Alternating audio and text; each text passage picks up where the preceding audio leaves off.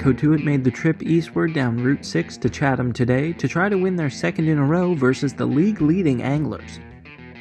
While the Bats were lackluster during Cotuit's recent 5-game winless streak, they certainly turned it around today and jumped on Chatham early, as with a Nick Gonzalez single in the third inning with runners on, Cotuit jumped out to a 1-0 lead. And with Cotuit's 5th single in the very same inning, Mason McWhorter brought 2 more around to score to put Cotuit up 3-zip through 3.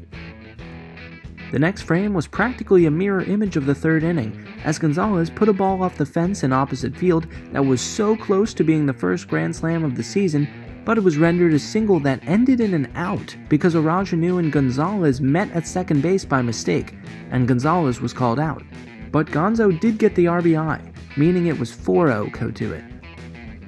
Matt Mervis immediately followed Gonzo's single with one of his own, but he one-upped Gonzalez by bringing in 2 RBI with his great hit. The score then stood at 6-0 Cotuit after 3.5 played. However, this game was marred by objectively poor calls from the ump behind the plate, as both Coach Roberts and the Chatham coaches disagreed with the strike zone tonight, and the frustration on the diamond ultimately resulted in 2 Chatham coaches being ejected early in the game. Despite the bad umpiring and the emptier dugout, Chatham soldiered on, and they got 2 back off a line drive double into left field by Charlie Welch in the 4th that brought home 2. Despite Chatham's attempts to turn to their relieving corps on the mound to shut down Cotuit, the hits would keep on coming, and with them lots of runs. Nick Gonzalez exemplified this with an RBI triple off the fence in right center in the 6th.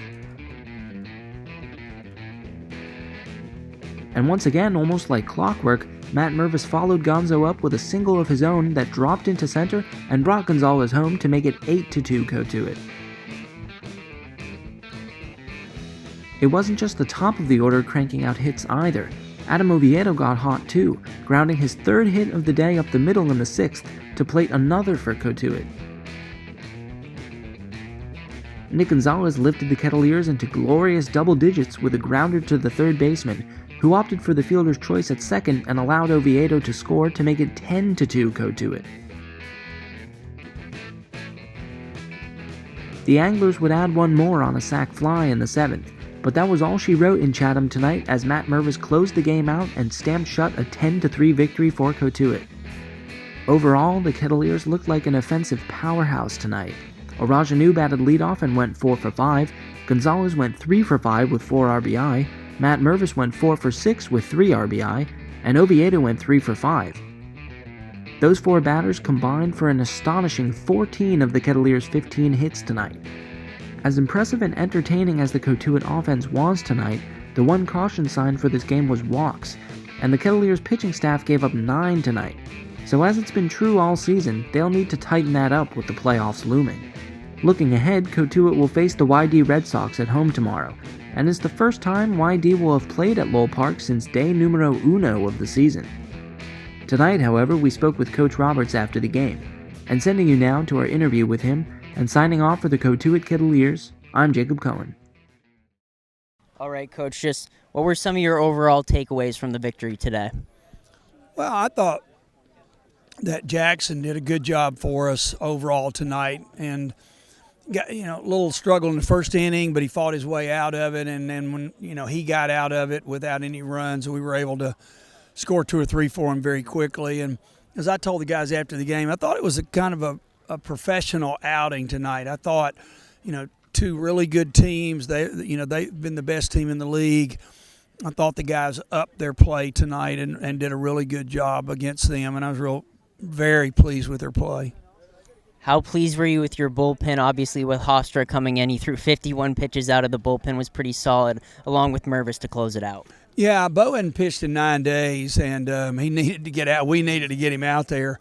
But he was very fresh, and Bo's got a lot of ability, and I thought he threw the ball extremely well.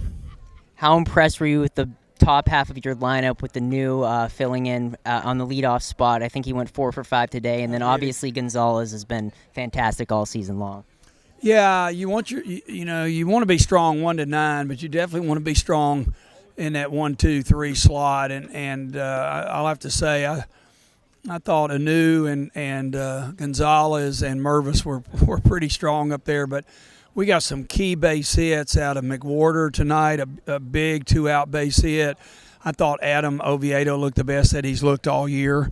So it was a team effort from top to bottom, so I'm really pleased with that. And we spent 3.5 hours on the field this afternoon working on some extra things, hitting, and specific things that we worked on. And I thought for some of our guys tonight, we were able to see some of those results pay off. Great. Just one last question, Coach. Just what are you looking to see these last 5 games in the regular season? Wins. Great. Thank you, Coach. You're welcome. Thanks.